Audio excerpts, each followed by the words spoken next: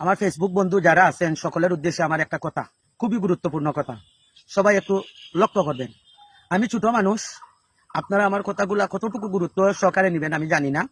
আমরা ফেসবুকে আসি কাজ করার জন্য, অনেকে শখের বশীভূতে আসি। 95% মানুষ কিন্তু প্রফেশনাল মোড যারা অন করছে তারা ইনকামের জন্য আসছে। আমার একটা কথা হলো, আমরা কি আসলে প্রফেশনাল মোড অন করলেই কি ইনকাম করতে পারবো?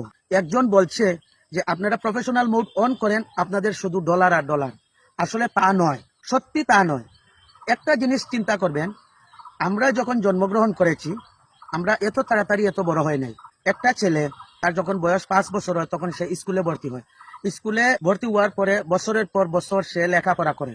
লেখাপড়া করার পর সে একটা পর্যায়ে যায়, মিনিমাম তার 25 বছর বয়স হয়ে যায় তার একটা সার্টিফিকেট নিয়ে আসতে।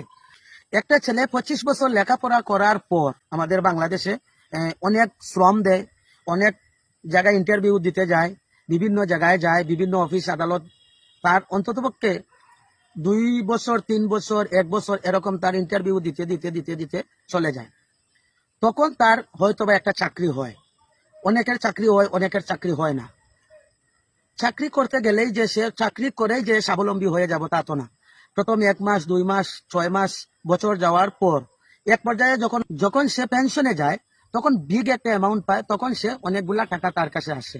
তাহলে আমরা যখন ফেসবুকে কাজ করি, আমরা কিভাবে চিন্তা করি যে প্রফেশনাল মোড অন করলাম, 2টা ছবি দিলাম, ছবি দিয়েই আমাদের ইনকাম শুরু হয়ে যাবে।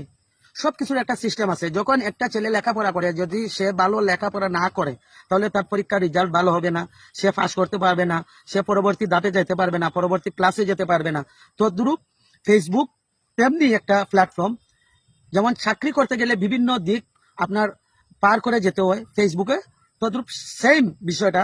এরকম আপনি শ্রম দিতে দিতে দিতে দিতে একটা অফিসে যেরকম নিয়ম কানুন আছে আমাদের মানতে হয় চাকরি করতে গেলে, আমাদের ব্যবসা করতে গেলে যেরকম প্রতিষ্ঠানের নিয়ম কানুন মেনে আমরা ব্যবসা করতে হয়, তদ্রূপ ফেসবুকও এরকম একটা চাকরি, একটা ব্যবসা। এটা নিয়ম কানুন মানতে হয়।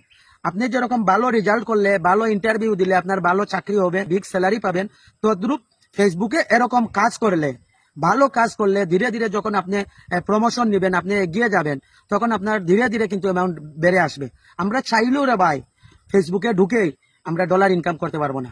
বিশেষ করে এটা আপনাদের নজরে রাখতে হবে, আপনাদের মাইন্ডে রাখতে হবে, রেখে কাজ করতে হবে। আমরা ঢুকেই ইনকাম করতে পারবো না। আমাদের ইনকাম করতে গেলে অনেক সময় লাগবে। আপনারা এটা চিন্তা করে কাজে আসবেন। যাদের ধৈর্য শক্তি নাই, যারা ধৈর্য ধরতে পারবে না, তারা কিন্তু কাজ করতে পারবে না। সবাই কাজের জন্য আসছেন, ধৈর্য সহকারে কাজ করেন, একদিন এখান থেকে সফলতা অর্জন করে নিতে পারবেন। আমার কথাটুকু যদি ভালো লাগে তাহলে একটু রাখার চেষ্টা করবেন। আমি ছোট মানুষ, এত কিছু জানি না। আমার মনে যেটা আসছে, আমি যেটা ভালো মনে করেছি সেটাই বলছি। রাখা না রাখা আপনাদের বিষয়। সবাই ভালো থাকবেন, সুস্থ থাকবেন।